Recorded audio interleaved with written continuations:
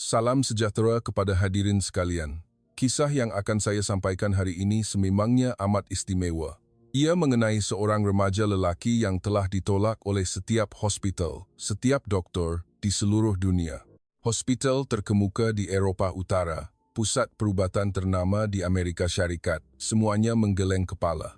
Namun, hanya satu tempat negara Malaysia kita ini yang bertegas bahawa mereka mampu menyelamatkan nyawa pemuda itu. Kisah benar yang menakjubkan ini telah menulis semula buku teks perubatan.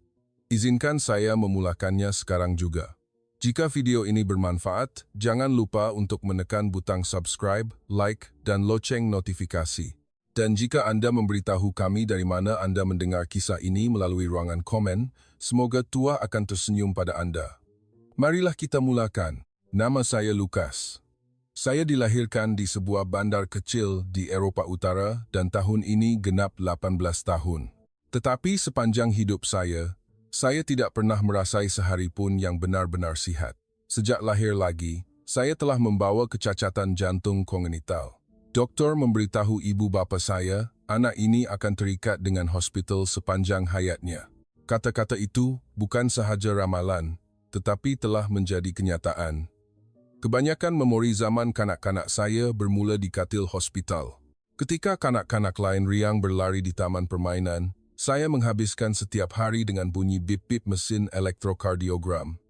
Ketika berumur 3 tahun, saya menjalani pembedahan pertama. Tahun ke-6, ia adalah kali kedua, dan tahun ke-9, kali ketiga. Lampu putih di siling bilik pembedahan telah menjadi imej yang terlalu biasa bagi saya. Setiap kali itu, ibu bapa saya akan menadah tangan berdoa di luar. Dan setiap kali saya sedar daripada bius, saya melihat kesan air mata di pipi ibu. Ketika saya berumur 12 tahun, dokter yang merawat saya memanggil ibu bapa saya secara pribadi ke bilik. Saya duduk menunggu di kerusi di koridor dan melalui celah pintu, saya terdengar esakan ayah. Barulah kemudian saya tahu dokter telah berkata, jantung Lukas semakin lemah dari hari ke hari. Saya tidak pasti berapa banyak pembedahan lagi yang mampu ditanggung oleh budak ini. Malam itu, ibu tidak tidur, mengusap rambut saya sepanjang malam. Dari usia 15 tahun, gejala saya menjadi lebih teruk. Berjalan sedikit pun membuatkan saya semput. Dan setiap kali mendaki tangga, dada saya sakit seperti diperas oleh seseorang. Bergaul dengan rakan-rakan semakin sukar. Saya pengsan di sekolah, tidak tahu berapa kali. Setiap kali itu, ambulans akan tiba dan saya dibawa pergi dalam pandangan cemas semua orang. Saya mula mengasingkan diri. Mengapa saya dilahirkan begini? Saya tertanya-tanya sambil merenung siling setiap malam. Pada hari ulang tahun ke-19 saya menerima kek di hospital. Semasa meniup lilin, saya berharap, tolonglah, saya hanya mahu hidup normal. Tetapi realiti bergerak ke arah yang bertentangan. Sebulan selepas hari jadi saya sekali lagi pengsan di sekolah.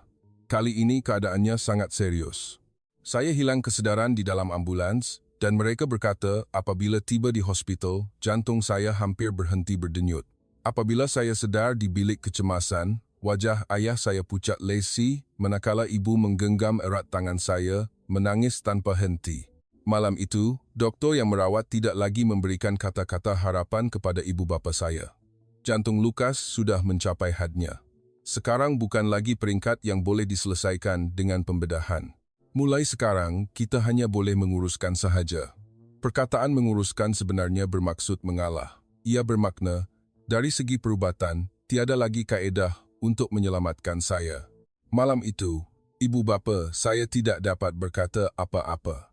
Apabila pulang ke rumah, seluruh keluarga kami hanya duduk diam di meja makan. Ayah saya menundukkan kepala, manakala ibu cuba tersenyum sambil tangannya tidak henti-henti mengelap air mata.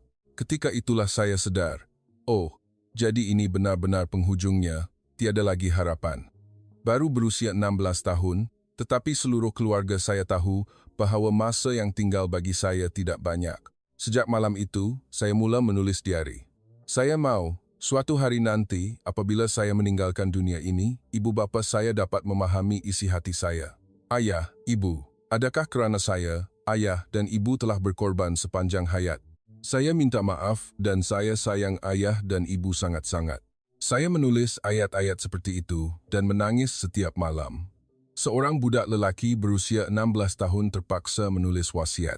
Betapa pahitnya kesedihan itu.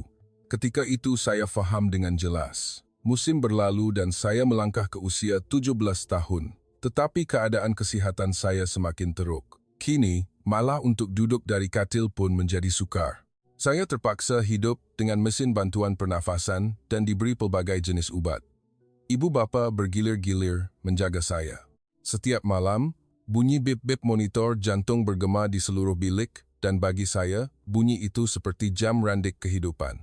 Pada suatu pagi, ayah menggenggam erat tangan saya dan berkata, "Lukas, kita jangan putus asa, pasti ada cara."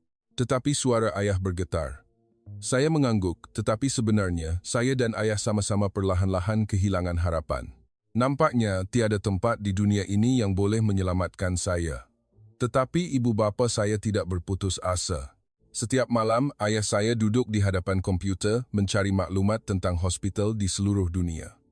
Dari hospital pakar kardiologi terkenal di Eropah hingga ke kemudahan perubatan besar di Amerika Syarikat. Dia menghantar email ke setiap tempat yang boleh dihubungi. Dia melampirkan rekod perubatan saya dan merayu dengan bersungguh-sungguh. "Tolonglah, sila pertimbangkan kes anak saya." Ibu saya pula berjaga malam membaca artikel perubatan, berharap dapat mencari kaedah rawatan baru.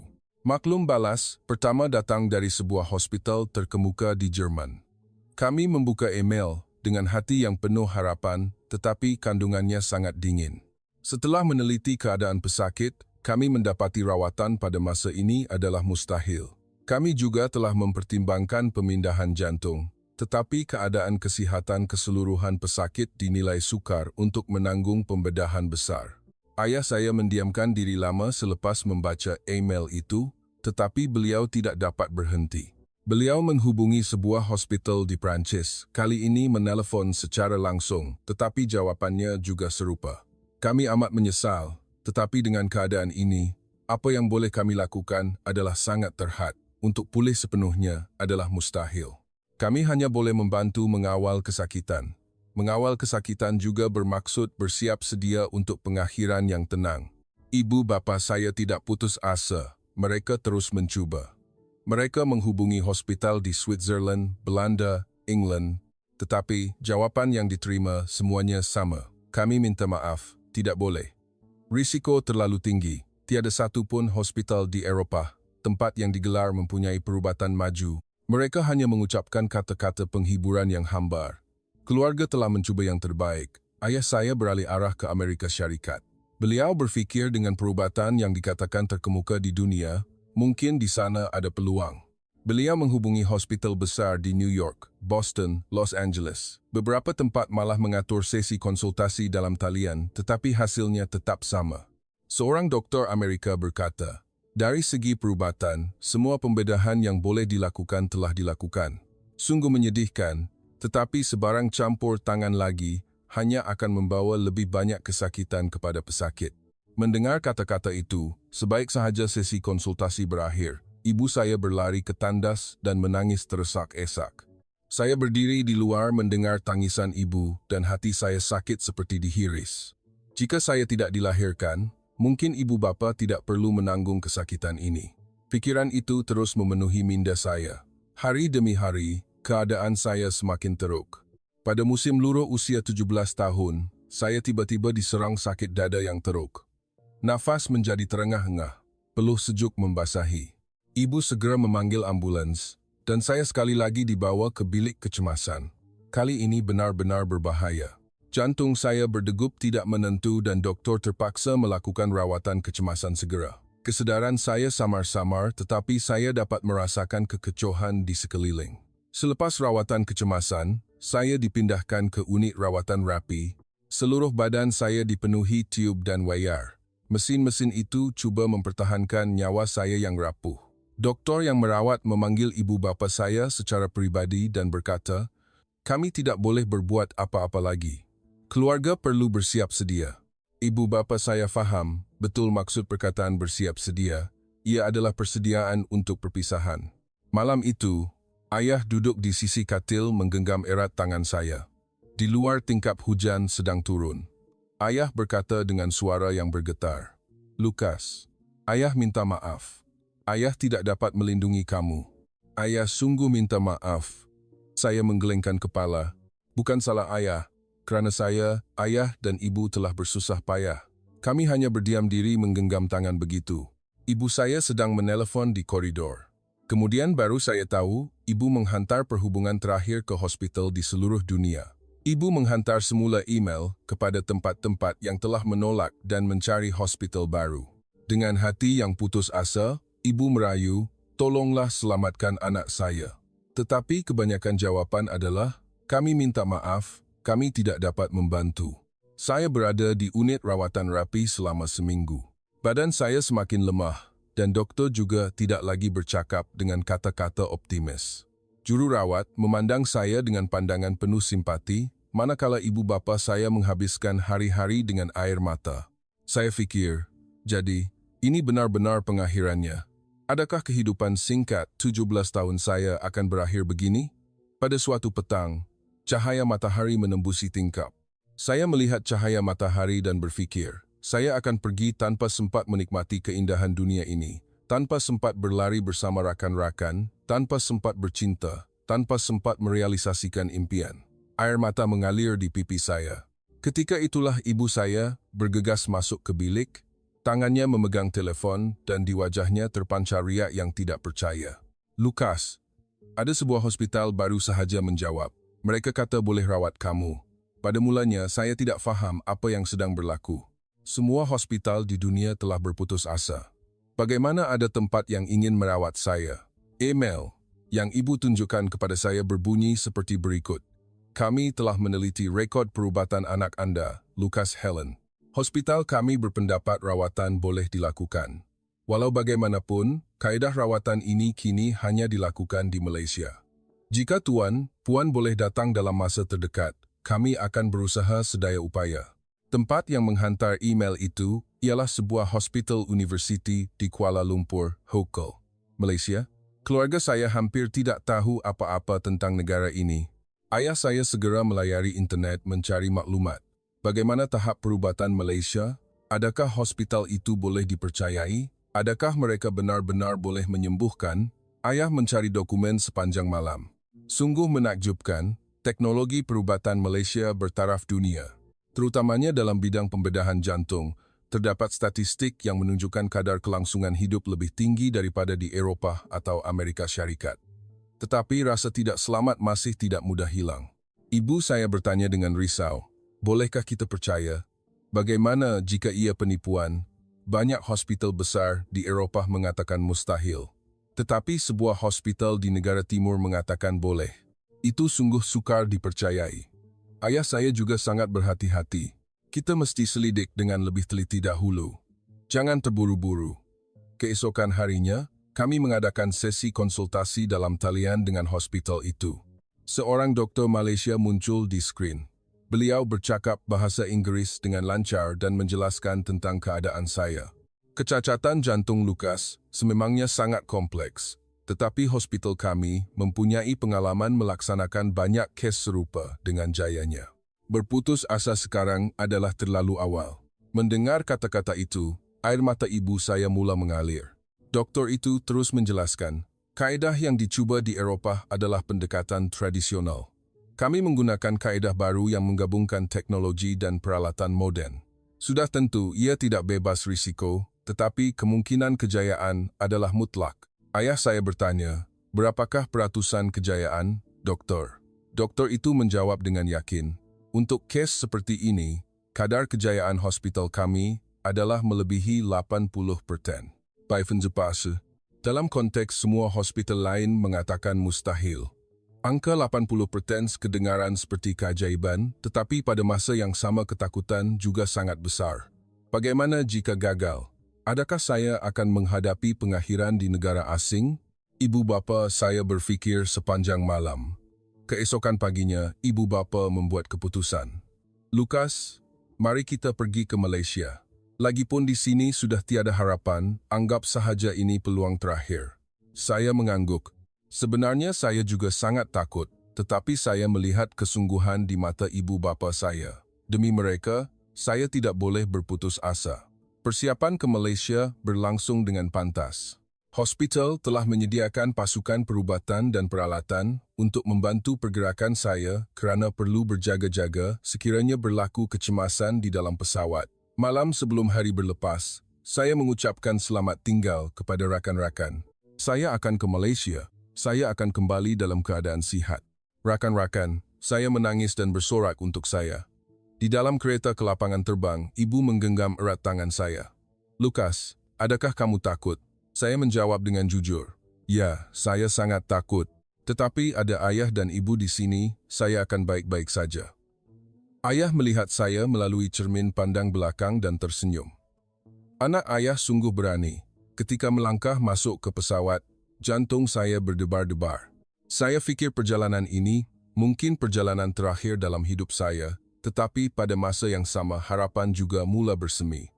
Mana tahu, keajaiban benar-benar akan berlaku. Apabila pesawat berlepas, saya melihat keluar tingkap, cahaya matahari menyinari awan. Pada detik itu, saya berfikir, ini akan menjadi permulaan yang baru. Penerbangan itu berlangsung lebih 10 jam. Kerana keadaan kesihatan, saya terpaksa duduk di kerusi khas dan peralatan perubatan juga dibawa bersama. Pramugari sentiasa memeriksa keadaan saya dan ibu tidak berganjak sedikit pun dari sisi saya. Ayah saya pula tidak henti-henti mencari maklumat tentang Malaysia. Dengar cerita Malaysia adalah negara dengan teknologi yang sangat maju, perkhidmatan kesihatan juga antara yang terkemuka. Di tengah penerbangan, saya tiba-tiba berasa sesak dada. Nafas menjadi sukar, peluh sejuk membasahi. Ibu segera memanggil pramugari dan saya dipakaikan topeng oksigen. Pada detik itu saya benar-benar takut. Bagaimana jika sesuatu berlaku di dalam pesawat? Nasib baik, selepas diberi oksigen saya berasa lebih baik. Tetapi insiden itu menjadikan seluruh keluarga saya semakin tegang.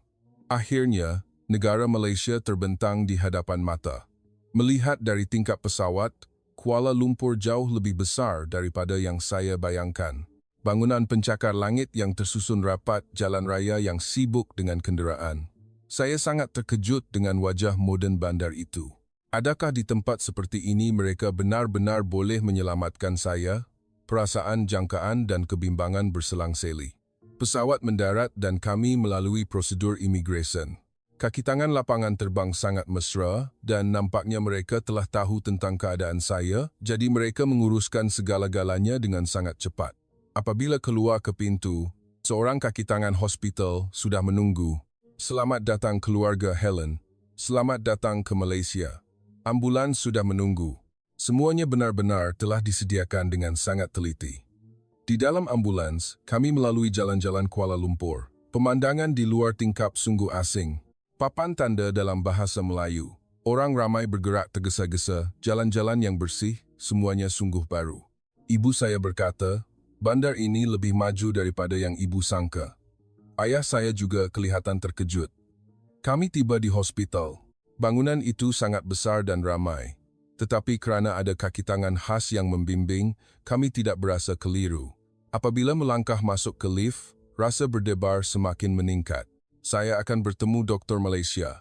Adakah mereka benar-benar boleh menyelamatkan saya? Saya dibawa ke bilik ward. Kemudahan yang bersih dan moden mengejutkan saya. Rasanya berbeza daripada hospital di Eropah. Semuanya adalah peralatan terkini dan disusun dengan sangat sistematik. Belum sempat mengemas beg, pasukan perubatan sudah masuk. Terdapat ketua pakar bedah, 2 jururawat, dan seorang penterjemah. Ketua pakar bedah itu, seorang lelaki pertengahan umur yang memberikan kesan pertama yang sangat baik hati. Beliau datang mendekat dan menghulurkan tangan untuk bersalaman dengan saya. "Hello Lukas, gembira bertemu dengan awak. Awak sudah bersusah payah dalam perjalanan yang jauh." Mendengar kata-kata itu, entah mengapa saya berasa lega. Doktor di hospital lain biasanya hanya melihat rekod perubatan saya dahulu, tetapi doktor ini melayan saya seperti seorang manusia. Mula-mula, beliau juga bersalaman dengan ibu bapa saya. "Tuan dan Puan, telah banyak bimbang. Sekarang kami ada di sini, Tuan dan Puan boleh berasa sedikit lega." Mendengar itu, mata ibu saya merah. Sudah lama, ibu tidak mendengar kata-kata penghiburan yang sebenar. Dan ini adalah kali pertama ibu mendengar kata-kata hangat seperti itu. Ayah saya juga menundukkan kepala, seolah-olah menahan emosi. Selepas itu, pemeriksaan terperinci bermula. Elektrokardiogram, ultrabunyi jantung, imbasan CT, ujian darah, pelbagai jenis ujian. Tetapi prosedur di hospital Malaysia berbeza daripada di Eropah. Semuanya berlaku dengan sangat cepat dan cekap. Setiap bilik ujian mempunyai peralatan terkini dan pasukan perubatan bekerja dengan sangat tepat. Pemeriksaan yang mengambil masa seharian di Eropah, di sini hanya mengambil masa beberapa jam. Selepas selesai pemeriksaan dan kembali ke bilik wad, ketua pakar bedah datang lagi, tangannya memegang fail keputusan ujian. Seluruh keluarga saya menunggu dengan penuh debar untuk beliau bercakap. Beliau mula berbicara. Keadaan jantung Lukas sememangnya sangat serius, tetapi kami boleh merawatnya. Mendengar dua perkataan boleh merawat, ibu saya menutup mulutnya dengan tangan. Sudah terlalu lama ibu hanya mendengar ayat-ayat seperti mustahil, sila berputus asa, jadi apabila mendengar bahawa rawatan boleh dilakukan, ibu tidak dapat mempercayainya. Ayah saya bertanya dengan suara bergetar, "Betulkah?" Semua hospital lain mengatakan mustahil. Doktor itu tersenyum dan menjelaskan, kaedah yang keluarga telah cuba di Eropah adalah kaedah pembedahan tradisional. Tetapi untuk kes Lukas, kaedah-kaedah itu mempunyai had. Kami menggunakan kaedah gabungan antara pembedahan robotik canggih dan teknik khas. Kaedah ini kini hanya dilakukan di Malaysia. Pembedahan robotik, kami terkejut. Beliau terus menjelaskan, sudah tentu masih ada risiko. Tetapi jika tidak dibedah, Lukas hanya boleh bertahan paling lama beberapa bulan lagi. Jika dibedah, ada lebih 80% kemungkinan dia akan mempunyai kehidupan normal. Mendengar kata-kata itu, jantung saya berdebar kencang. Kehidupan normal? Adakah itu bermakna saya boleh berlari seperti kanak-kanak lain? Ibu saya bertanya, bilakah pembedahan akan dilakukan? Doktor itu menyemak semula rekod perubatan dan menjawab, kita perlukan kira-kira seminggu untuk bersedia, mula-mula mesti meningkatkan keadaan fizikal Lukas. Dengan keadaan semasa, dia sukar menanggung pembedahan. Kami akan menggabungkan pengurusan nutrisi dan rawatan ubat untuk membawa dia ke keadaan terbaik. Sejak hari itu, proses penjagaan khas bermula. Setiap hari saya diberi infusi nutrisi dan makan mengikut diet khas. Jururawat sentiasa memeriksa keadaan saya. Apa yang menakjubkan ialah semua kaki tangan sangat mesra. Jururawat sentiasa tersenyum dan bertanya, Lukas, bagaimana rasa badan hari ini? Tinggal di hospital, saya secara beransur-ansur memahami lebih lanjut mengenai sistem kesihatan Malaysia. Semuanya didigitalkan, membolehkan kaki tangan perubatan berkongsi maklumat pesakit dalam masa nyata. Nota seorang doktor boleh dilihat oleh doktor lain dengan serta-merta. Berkat sistem ini, mereka mengelakkan pemeriksaan yang bertindih dan rawatan menjadi lebih berkesan. Pada suatu petang, ketua pakar bedah datang dan menjelaskan secara terperinci tentang pembedahan. Lukas, pembedahan akan berlangsung kira-kira 6 jam. Kami akan menggunakan robot untuk membaiki kecacatan jantung dengan tepat. Kaedah ini jauh lebih halus dan selamat berbanding pembedahan tradisional. Doktor menunjukkan kepada kami proses pembedahan pada komputer tablet dan ia benar-benar menakjubkan, seperti dalam filem science fiction. Ayah saya bertanya dengan risau. Bagaimana jika gagal? Doktor itu menjawab dengan jujur. Berkenaan kes terburuk, jantung awak mungkin tidak dapat menanggung semasa proses pembedahan, tetapi pasukan kami telah berjaya melakukan puluhan pembedahan seperti ini. Sila percaya pada Lukas dan percaya pada kami. Dalam kata-kata beliau, saya merasakan keyakinan dan juga tanggung jawab. Seminggu berlalu dan akhirnya tiba malam sebelum hari pembedahan. Saya terlalu gemetar sehingga tidak dapat tidur. Esok nasib saya akan ditentukan. Ibu saya duduk di sisi saya sepanjang malam, manakala ayah berjalan mundar-mandir di koridor. Seorang jururawat menawarkan saya ubat tidur, tetapi saya menolak. Saya mahu berjaga untuk melalui malam terakhir ini. Dini hari, ketua pakar bedah datang. Lukas, awak sudah bersedia? Saya mengangguk. Ya, doktor, saya sudah bersedia. Beliau menepuk bahu saya dan berkata, awak akan berjaya. Mari kita harungi bersama. Pada saat itu, saya mempunyai keyakinan yang pasti bahawa saya boleh mempercayai doktor ini sepenuhnya. Pagi hari pembedahan tiba, jururawat masuk ke bilik dan mula membuat persiapan. Saya menukar pakaian pembedahan dan diberi intravena. Ibu bapa menggenggam erat tangan saya. Ibu cuba menahan air mata manakala ayah tersenyum paksa. Lukas, kamu akan cepat sembuh. Anak ayah dan ibu, beranilah ya. Saya berbaring di atas katil tolak menuju ke bilik pembedahan. Saya melihat lampu pendaflor melintas di siling. Ibu bapa berjalan bersama saya di sepanjang koridor. Ibu tidak henti-henti mengusap tangan saya. Ibu sayang kamu, Lukas. Ibu akan tunggu kamu di sini. Di hadapan pintu bilik pembedahan, saya terpaksa mengucapkan selamat tinggal kepada ibu bapa. Saya memeluk mereka berdua buat kali terakhir. Di dalam bilik pembedahan sejuk dan terang, terdapat banyak mesin dan skrin. Kaki tangan perubatan bergerak sibuk. Ketua pakar bedah berdiri di sebelah saya dan berkata, Lukas, awak hanya perlu tidur sebentar. Apabila sedar nanti semuanya akan berakhir. Jangan risau. Dr. Bius meletakkan topeng di muka saya dan mula mengira detik. 10, 9, 8.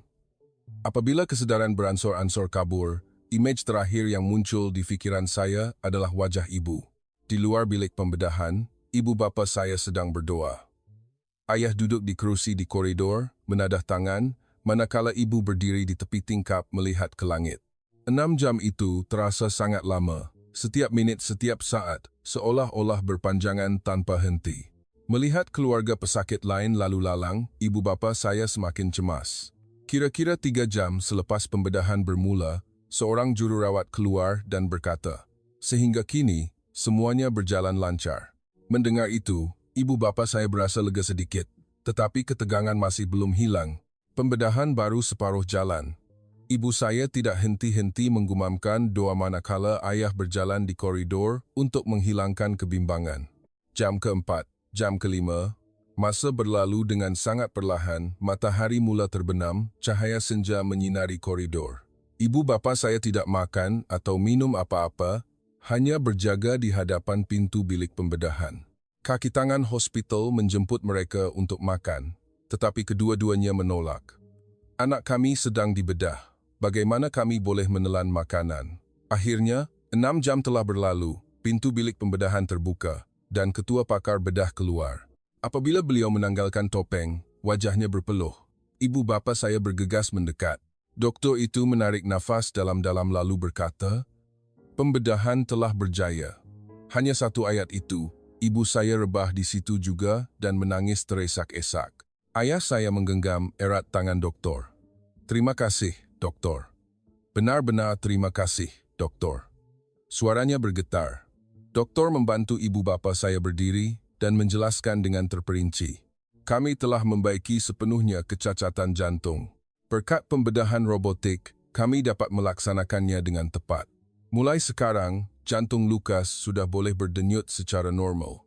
Saya sedar di bilik pemulihan, badan saya terasa berat, tekak kering, siling kabur, dan telinga saya mendengar bunyi mesin. Seorang jururawat sedang memeriksa keadaan saya. Lukas, awak dengar tak? Pembedahan dah selesai dengan baik. Saya mengangguk perlahan.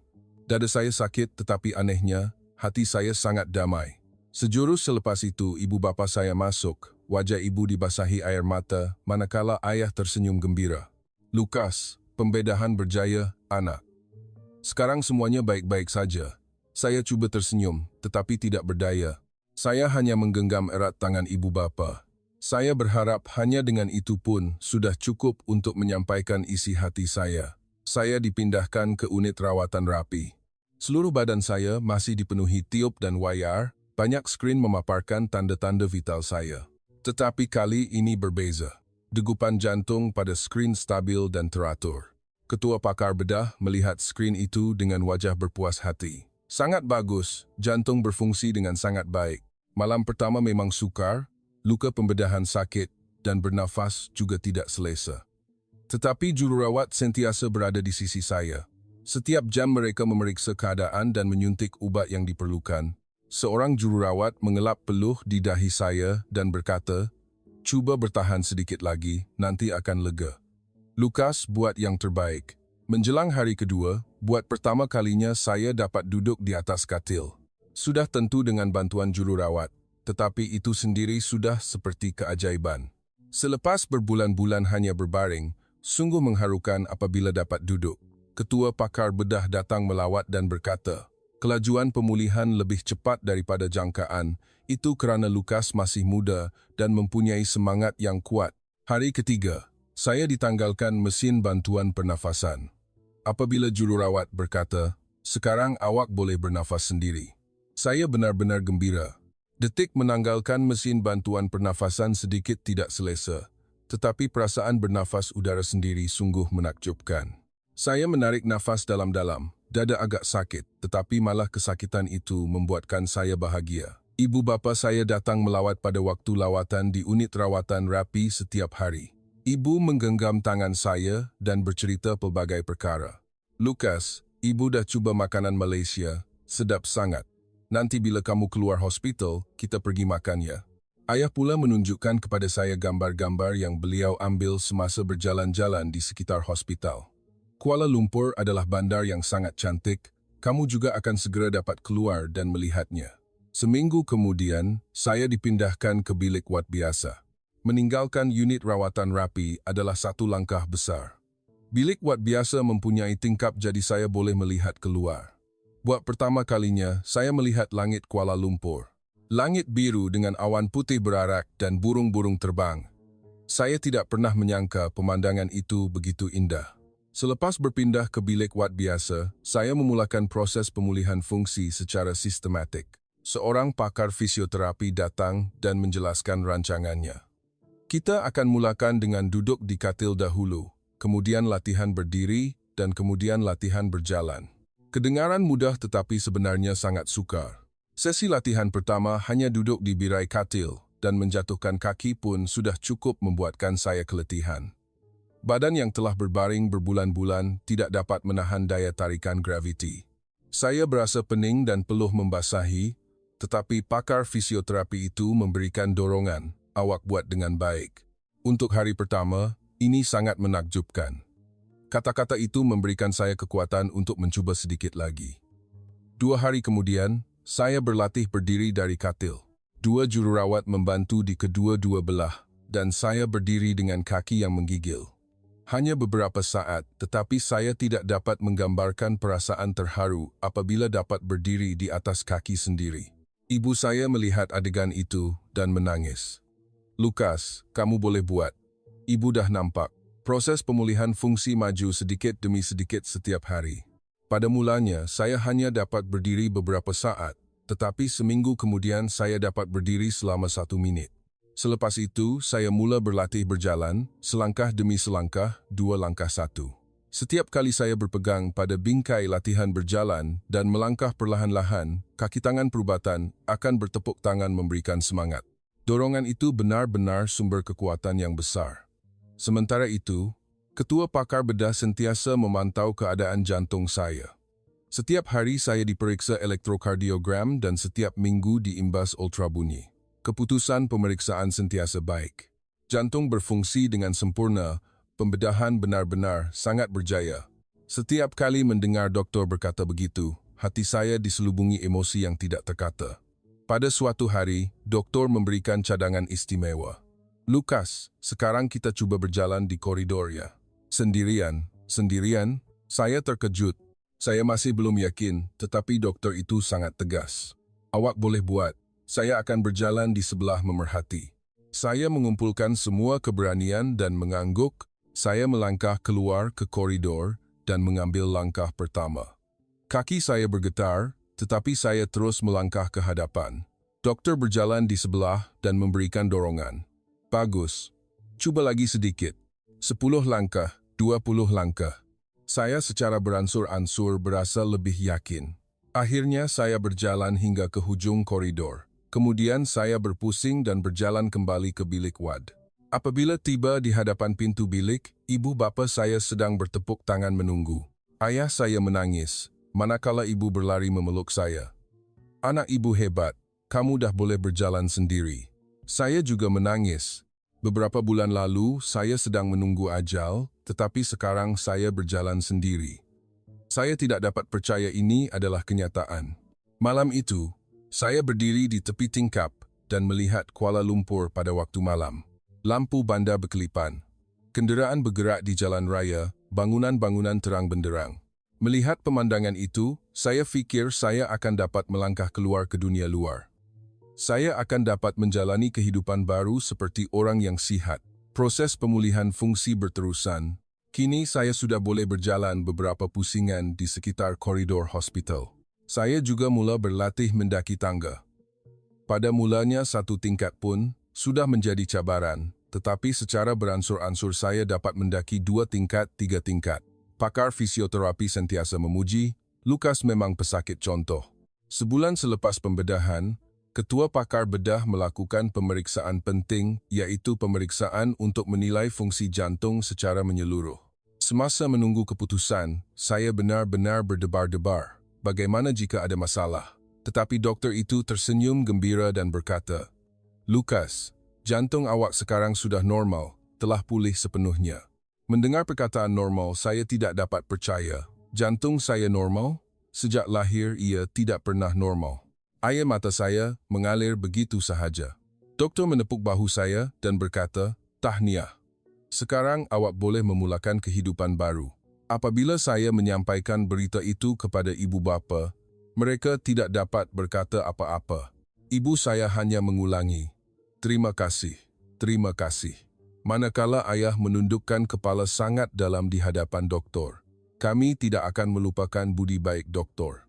Terima kasih doktor kerana menyelamatkan nyawa anak kami." Doktor itu menjawab dengan rendah hati, "Saya hanya melakukan tugas yang perlu dilakukan oleh seorang doktor." Malam itu, majlis meraihkan kejayaan kecil diadakan di bilik wad. Jururawat telah menyediakan sebiji kek.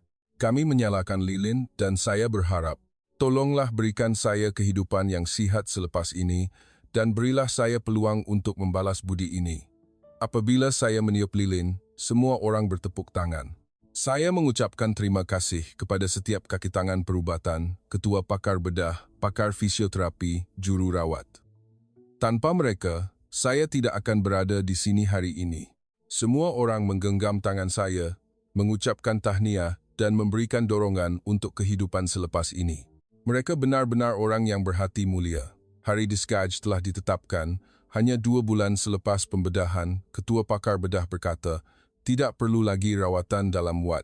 Sekarang, awak boleh pulang ke rumah dan kembali ke kehidupan harian." Walaupun beliau berkata pulang ke rumah, tetapi rumah kami jauh di Eropah Utara. Berfikir bahawa saya akan meninggalkan Malaysia menimbulkan perasaan yang aneh. Sehari sebelum discharge, saya berjalan mengelilingi hospital. Tempat yang saya diami selama 2 bulan ini, kini terasa seperti kampung halaman kedua saya. Berjalan di sepanjang koridor, saya teringat kembali hari-hari pertama latihan pemulihan fungsi. Ketika itu, satu langkah pun sangat sukar. Tetapi sekarang saya boleh berjalan dengan bebas, sungguh satu keajaiban. Saya singgah di kaunter jururawat untuk mengucapkan selamat tinggal. Mereka juga telah menyediakan hadiah untuk saya. Ia adalah wow bulan tradisional Malaysia dan patung kecil baju batik miniatur. "Lukas, jaga kesihatan ya. Kadang-kadang berilah kami kabar berita." Seorang jururawat berkata dengan mata berkaca-kaca. Saya juga sebak. Berpisah dengan orang-orang ini sungguh menyedihkan. Pagi hari discharge, saya diperiksa buat kali terakhir. Semua tanda-tanda vital adalah sempurna. Ketua Pakar Bedah memberikan saya ringkasan rekod perubatan dan menjelaskan, selepas ini hanya perlu pemeriksaan berkala sahaja. Apabila pulang ke Eropah Utara, sila tunjukkan dokumen ini kepada doktor di sana. Tiada masalah istimewa akan berlaku. Tetapi doktor itu menambah satu lagi perkara. "Lukas, saya ada satu permintaan. Selepas ini, ceritakan kisah awak kepada ramai orang. Beritahu mereka bahawa jika tidak berputus asa, keajaiban boleh berlaku." Saya mengangguk. "Saya janji, doktor. Saya pasti akan melakukannya." Kami turun ke lobi hospital. Ramai kaki tangan perubatan keluar untuk menghantar. Ketua Pakar Bedah, jururawat, pakar fisioterapi, semua orang bertepuk tangan menghantar kami. Saya bersalaman dengan setiap seorang dan mengucapkan terima kasih. Terima kasih semua kerana menyelamatkan nyawa saya. Saya tidak akan lupa. Ketua pakar bedah mengucapkan kata-kata terakhir. Lukas, awak seorang yang kuat. Selepas ini, walau apapun kesusahan, awak akan dapat mengatasinya. Hidup sihat dan bahagia ya. Mendengar kata-kata itu, saya tidak dapat menahan air mata. Doktor ini bukan sahaja merawat penyakit saya, beliau telah menyelamatkan seluruh hidup saya. Saat melangkah keluar dari hospital, udara Kuala Lumpur terasa sangat baru. Matahari hangat dan angin sejuk, saya menarik nafas dalam-dalam. Sungguh bersyukur kerana semua ini telah diberikan kepada saya. Ibu bapa memaut tangan di kedua-dua belah dan berjalan bersama saya. Lukas, kita berjalan-jalan di Kuala Lumpur sebentar sebelum pulang ya. Petang itu kami berjalan-jalan mengelilingi bandar, pasar seni, menara berkembar Petronas, Sungai Klang. Semuanya adalah pemandangan yang buat pertama kali saya lihat. Orang ramai bergerak penuh bertenaga, jalan raya dipenuhi semangat hidup. Di tengah-tengah orang ramai itu, saya merasakan bahawa saya sedang hidup, berjalan, mendaki tangga, bernafas, semuanya adalah keajaiban. Kami duduk di taman tebing sungai dan melihat aliran air. Ibu saya berkata, Lukas, negara ini telah menyelamatkan nyawa kamu. Kita mesti berterima kasih kepada negara ini sepanjang hayat. Saya juga berfikir begitu. Negara Malaysia, Pasukan Perubatan Malaysia, Sistem Kesihatan Malaysia, semuanya telah memberikan saya kehidupan baru. Malam itu, kami makan makanan Malaysia. Nasi, lemak, sate, laksa. Buat pertama kalinya saya merasai hidangan ini, tetapi ia benar-benar sangat lazat. Sambil makan saya berfikir, sekarang saya juga boleh makan, ketawa, dan hidup secara normal. Saya tidak pernah tahu bahawa perkara yang jelas begitu berharga. Kembali ke hotel, kami mengemas beg.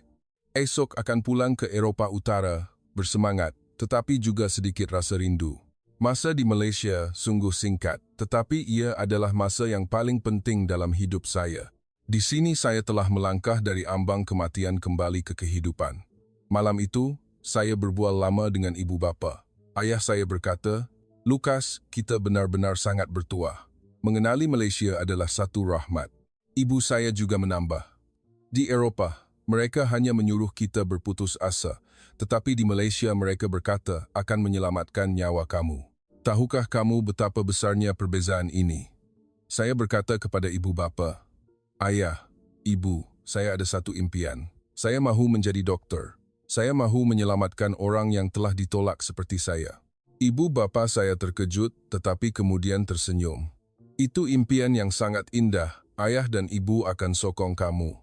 Keesokan paginya, kami ke lapangan terbang. Pemandangan Kuala Lumpur melintas di luar tingkap kereta.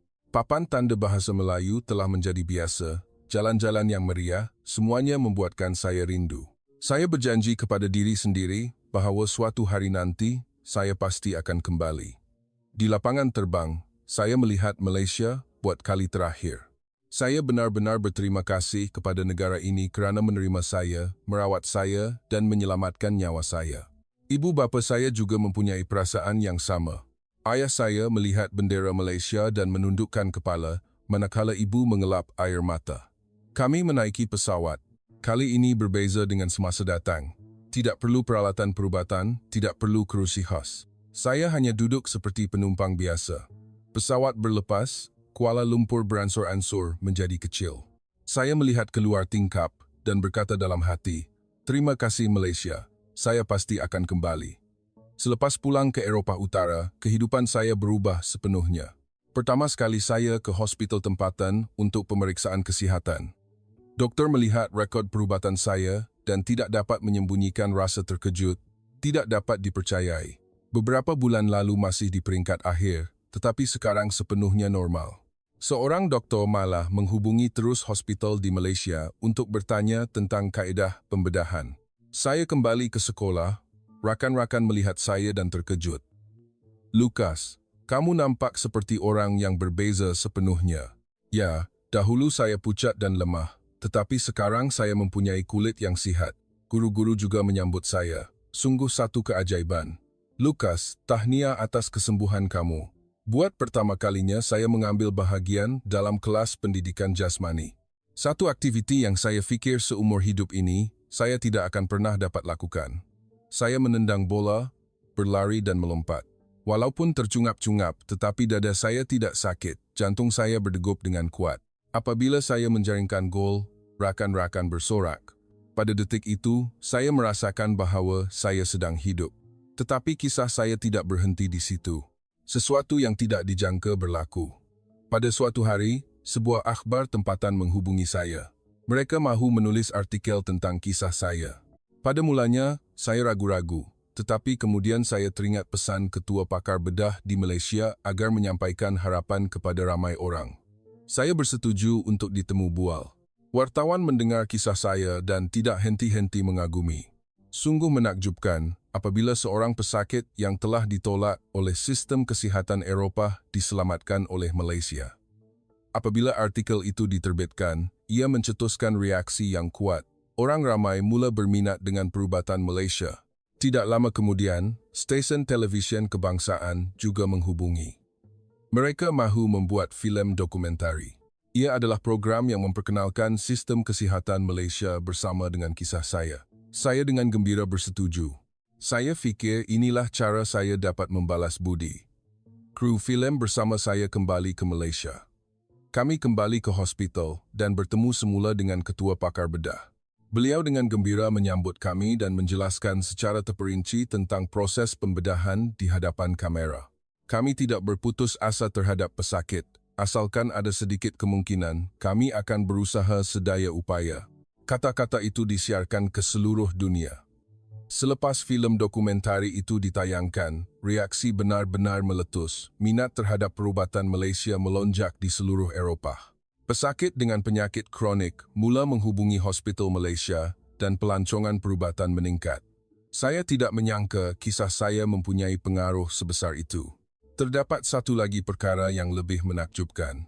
Sebuah persatuan perubatan di Eropah menghubungi dan berkata mereka mahu membentangkan kes saya, ketua pakar bedah, dan saya menghadiri persidangan itu bersama-sama. Di hadapan ratusan doktor, beliau menjelaskan tentang proses pembedahan, manakala saya berkongsi pengalaman dari sudut pandangan seorang pesakit. Apabila pembentangan berakhir, ramai doktor mengajukan soalan, bagaimana pembedahan itu boleh dilakukan? Apakah peralatan yang digunakan? Doktor menjawab setiap soalan dengan teliti.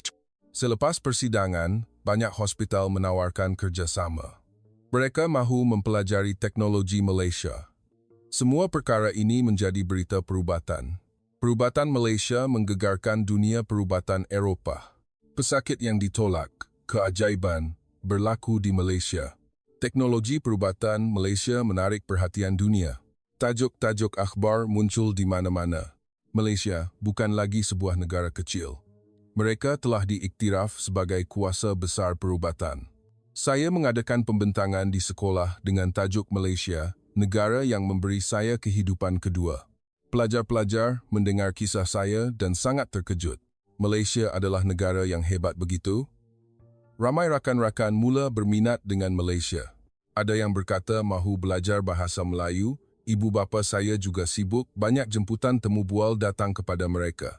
Dalam setiap temu bual, ibu saya berkata, Malaysia bukan sahaja mempunyai teknologi canggih, mereka mempunyai hati yang ikhlas melayan pesakit.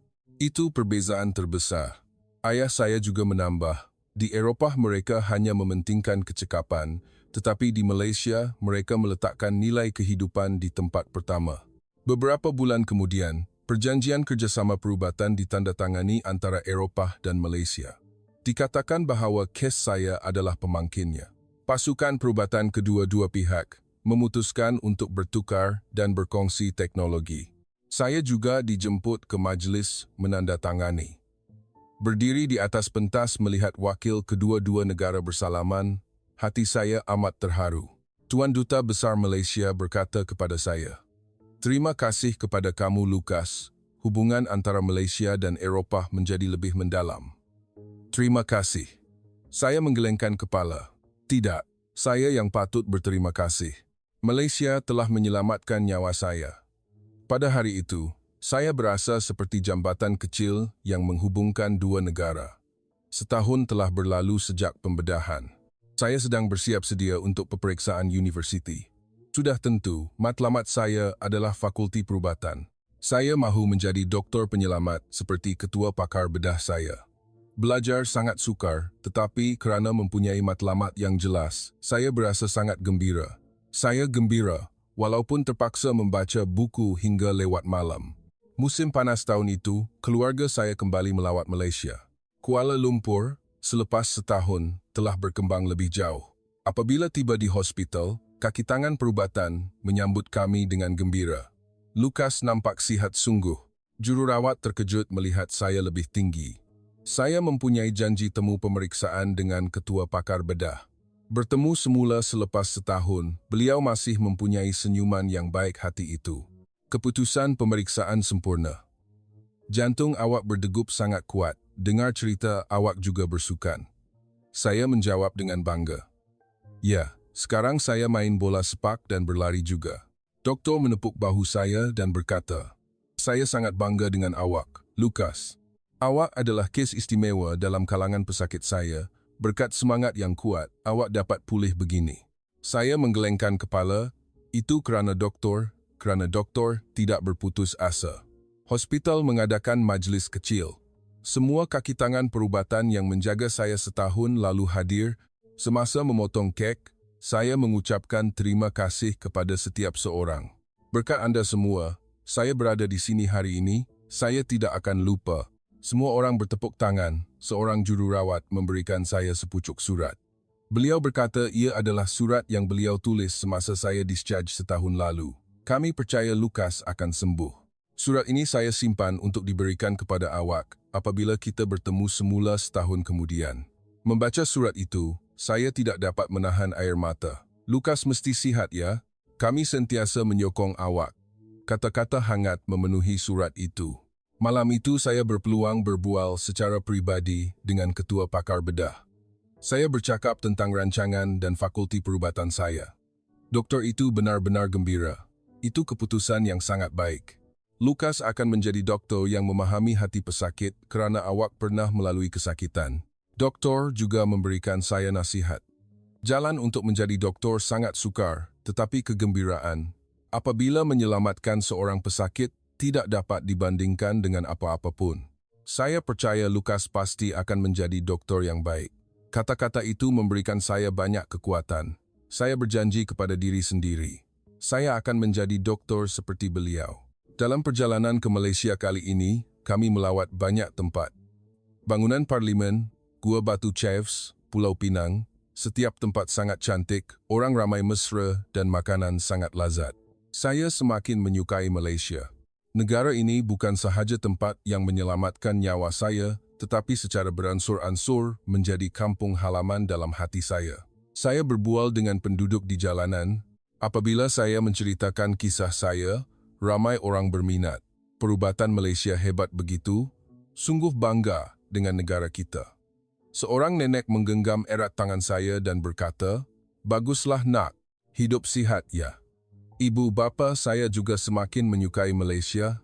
Ibu saya mula belajar bahasa Melayu, manakala ayah saya mula berminat dengan sejarah Malaysia. Lukas, bagaimana jika kita berpindah ke Malaysia untuk tinggal? Ibu saya berkata secara bergurau, tetapi nampaknya separuh adalah benar. Selepas sebulan di Malaysia, kami kembali ke Eropah Utara. Apabila meninggalkan Malaysia di lapangan terbang, saya berasa sangat rindu. Tetapi kali ini tidak sedih kerana saya tahu saya boleh kembali bila-bila masa. Melihat Kuala Lumpur melalui tingkap pesawat, saya melambai. Saya akan kembali Malaysia. Kembali ke rumah, saya fokus pada persiapan untuk peperiksaan universiti. Fakulti Perubatan sangat kompetitif, tetapi saya tidak berputus asa. Saya menulis esei pribadi berdasarkan pengalaman saya. Saya, orang yang kembali dari ambang kematian, kini mahu menyelamatkan orang lain. Itu adalah kata-kata yang keluar dari hati. Pada hari temu duga, Profesor sangat tersentuh apabila mendengar kisah saya. Pengalaman awak Lukas akan menjadi aset besar bagi seorang doktor. Memahami kesakitan pesakit itulah permulaan seni perubatan. Seorang profesor bertanya kepada saya, mengapa awak mahu menjadi doktor? Saya menjawab tanpa ragu-ragu, kerana saya faham betapa berharganya kehidupan Beberapa minggu kemudian, saya menerima surat tawaran kemasukan. Saya diterima masuk ke Fakulti Perubatan. Ibu bapa saya gembira hingga mengalirkan air mata dan saya juga menangis. Semua ini berkat Malaysia. Malaysia telah menyelamatkan nyawa saya dan memberikan saya impian baru. Saya melaporkan berita kemasukan universiti kepada Ketua Pakar Bedah. Beliau menjawab melalui email, "Tahniah Lucas, awak pasti akan menjadi doktor yang baik. Datanglah ke Malaysia bila-bila masa. Awak boleh menjalani latihan klinikal di hospital kami." Kata-kata hangat beliau sekali lagi membuatkan saya menitiskan air mata. Kehidupan di Fakulti Perubatan bermula. Belajar sememangnya sangat sukar. Saya terpaksa belajar anatomi, fisiologi, patologi hingga lewat malam. Tetapi saya tidak berasa letih kerana matlamat saya sangat jelas.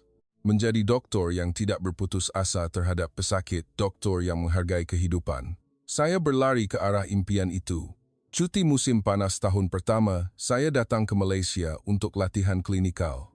Ia adalah jemputan daripada Ketua Pakar Bedah, program latihan sebulan di Hospital University di Kuala Lumpur. Apabila menjejakkan kaki di bumi Malaysia sekali lagi, hati saya amat terharu. Kali ini saya datang bukan sebagai pesakit, tetapi sebagai doktor masa depan. Latihan klinikal di hospital adalah pengalaman yang membuka mata.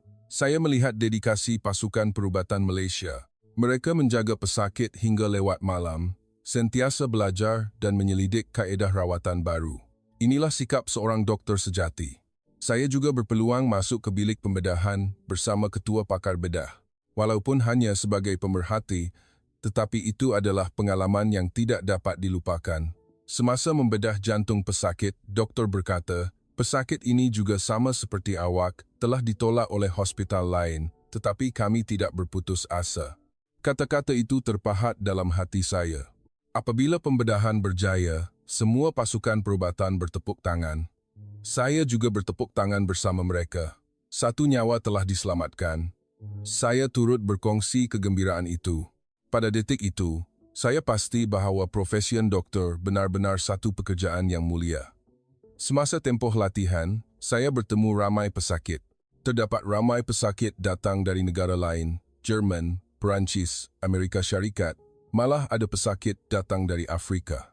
Semuanya adalah orang yang tidak dapat dirawat di negara asal mereka dan telah datang ke Malaysia. Saya memberikan harapan kepada mereka. Saya juga pernah ditolak seperti Anda. Tetapi di sini, saya mendapat kehidupan baru. Anda juga boleh melakukannya. Pesakit mendapat keberanian tambahan dari kisah saya. Seorang pesakit menggenggam tangan saya dan berkata, "Alangkah baiknya jika ada ramai doktor seperti awak." Saya menjawab, "Saya akan segera menjadi doktor seperti itu. Saya janji." Selepas sebulan latihan, saya menerima sijil dari hospital. Ketua Pakar Bedah menghadiahkan saya hadiah istimewa, yaitu stetoskop. "Lucas, gunakan stetoskop ini untuk mendengar degupan jantung ramai pesakit dan berikan mereka harapan." Saya menghargai stetoskop itu. Ia akan menjadi harta berharga dalam hidup saya. Kembali ke Eropah Utara, saya terus belajar. Kini matlamat saya telah menjadi lebih konkret. Menjadi doktor pakar kardiologi yang menyebarkan teknologi yang dipelajari di Malaysia ke Eropah dan suatu hari nanti berulang-alik antara Malaysia dan Eropah untuk menjaga pesakit. Itulah impian saya. Bertahun-tahun berlalu, saya menamatkan pengajian di Fakulti Perubatan dengan cemerlang. Saya memulakan proses latihan siswazah dan memilih pakar kardiologi. Itu adalah pilihan yang jelas, sama seperti orang yang telah menyelamatkan hati saya. Saya juga mahu menyelamatkan hati orang lain. Semasa tempoh latihan, saya bertemu ramai pesakit yang telah ditolak. Setiap kali melihat mereka, saya teringat imej diri saya pada masa lalu. Oleh itu, saya berusaha lebih gigih. Saya tidak kisah shift malam atau pembedahan yang sukar. Rakan sekerja bertanya kepada saya, "Lucas, kenapa kamu bekerja keras sangat?" Saya menjawab, "Kerana saya juga pernah menjadi salah seorang daripada pesakit itu." Pada suatu hari, seorang pesakit yang mempunyai kes serupa dengan saya datang. Itu adalah seorang remaja dengan kecacatan jantung dan telah ditolak oleh banyak hospital.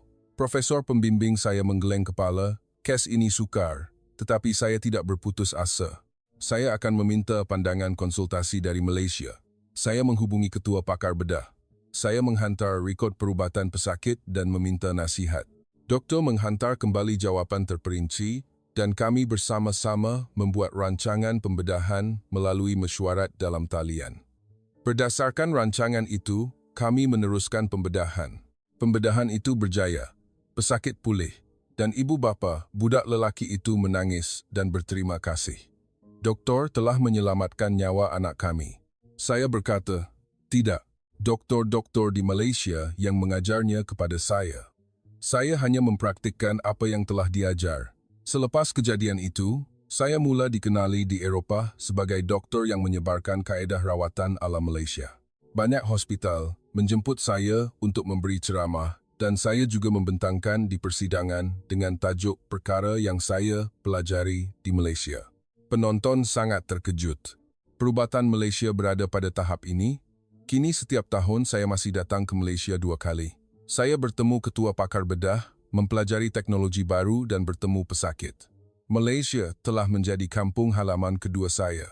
Saya mau hidup sepanjang hayat untuk membalas budi yang saya terima di sana. Hadirin sekalian, terima kasih kerana mendengar kisah saya. Saya telah kembali dari ambang kematian. Seluruh dunia berputus asa, tetapi hanya satu negara yang tidak berputus asa. Itulah Malaysia. Malaysia bukan sahaja negara yang mempunyai teknologi unggul, ia adalah negara yang menghargai kehidupan dan melayan pesakit dengan ikhlas. Apabila anda menghadapi kesukaran, jangan berputus asa. Harapan akan datang dari tempat yang tidak disangka-sangka. Bagi saya, harapan itu adalah Malaysia. Di mana harapan anda, carilah. Pasti ia akan berada di sana. Terima kasih kepada pasukan doktor dan jururawat Malaysia yang menakjubkan. Dan anda yang menonton video ini, bersyukurlah kerana hari ini, anda masih boleh bernafas dengan sihat. Kehidupan benar-benar adalah hadiah yang berharga. Sila tinggalkan kata-kata dorongan di ruangan komen dan berilah perhatian kepada kesihatan orang tersayang di sekeliling anda. Terima kasih.